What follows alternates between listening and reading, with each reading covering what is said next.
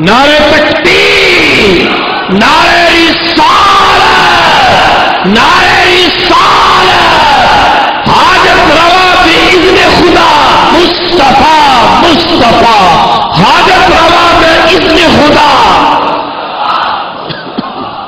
اب دیکھیے، یہ میرے پاس جو کتاب ہے، جو لوگ مدینہ شریف گئے ہوں ہر مکتبے پہ یہ موجود ہے، وصف المسجد النبوی الشریف، مسجد نبوی شریف کا تعارف، بڑی جامع مستند کتاب ہے، اور وہ بجو جو قبروں کو کھودنے میں مصروف رہتے ہیں ان کی دسترس سے یہ کتاب دور ہے، چونکہ ایک بڑے آدمی نے لکھی ہے اور پیچھے خاندان بڑا ہے اور پھر حکومت پر اس کے اثرات ہیں، اور پھر مصر تک کی جو ازہر یونیورسٹی کے مختلف حضرات ہیں ان میں یہ مفتی دیار مصریہ کی اس پر تقدیم بھی ہے، ڈاکٹر خالد محمد حامد اس نے اس کو اکٹھا کیا ہے، اور اس میں جو کچھ ہے وہ سب کچھ فکر رضا ہے۔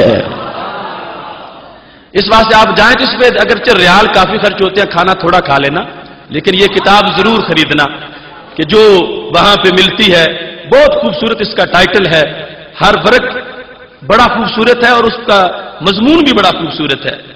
اس موضوع کے لحاظ سے جو ہم اب چھیڑا ہوا ہے، اس کتاب کے اندر کیا لکھا ہے، یہ وَلَوْ أَنَّهُمْ إِذْ ظَلَمُوا أَنفُسَهُمْ جَاءُوكَ، صفحہ نمبر 17 پہ لکھتے ہیں، صفحہ نمبر 17 پہ اس کی وضاحت کہتے ہیں، قال الامام زین الدین المراغی ان الآیت دلت علی تاریک وجدان اللہ تواب الرحیم بثلاثۃ امور، کہ امام مراغی نے یہ کہا ہے کہ یہ آیت دلالت کرتی ہے کس چیز پر، کہ بندہ رب کو تواب پائے، اس کی شرطیں کتنی ہیں؟ کہتے ہیں المجیء الی الرسول صلی اللہ علیہ وسلم، پہلی شرط ہے سرکار کے در پہ آنا، واستغفارہم، دوسری شرط ہے گناہ گاروں کا جا کے وہاں معافی مانگنا، تیسری واستغفار الرسول علیہ الصلوۃ والسلام لہم، کہ محبوب صلی اللہ علیہ وسلم کا ان کے لیے سفارش فرمانا۔ کہتے ہیں وقال الامام الصالحی، امام صالحی نے کہا ہے وہذہ رتبۃ لا تنقطع بموتہ صلی اللہ علیہ وسلم، یہ جو سرکار کی دہلیز پر جانے سے معافی ملتی ہے اور اللہ درے رحمت کھول دیتا ہے، کہتے ہیں یہ سرکار کی زہری حیات کے ساتھ خاص نہیں، آج بھی وہ جھولیاں بھرنے والے ہیں۔ حاجی رتبۃ لا تنقطع بموتہ صلی اللہ علیہ وسلم، یہ سرکار دو عالم صلی اللہ علیہ وسلم کے وفات وصال سے یہ ختم نہیں ہوئی چیز، یہ اب بھی باقی ہے۔ اور ساتھ یہ کہا واستحبوا لمن اتى القبر الشریف ان یتلوها، کہ یہ علماء نے مستحب سمجھا ہے کہ جو روزہ پاک پہ جائے ولو انہم اذ ظلموا والی آیت ضرور پڑھے، اگر وہ معافی چاہتا ہے اس آیت کو آج بھی پڑھے۔ تو یہ دیکھو جو حقائق ہیں صفحہ سے لے کر آج تک، ان حقائق کو ترجمے میں بیان کیا ہے تو امام احمد رضا بریلوی رحمۃ اللہ علیہ نے بیان کیا ہے۔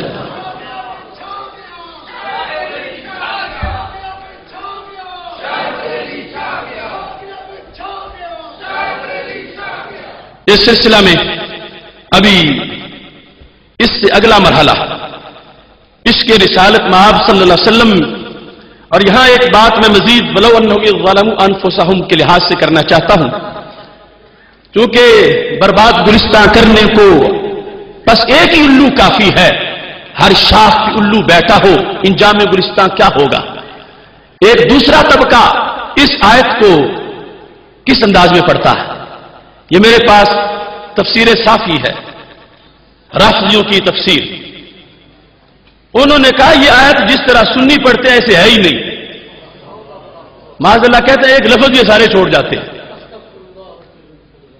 ان کا یہاں پر جو ہیر پھیر ہے اس کو دیکھیے، تفسیر کمی میں بھی ہے، اس میں بھی ہے۔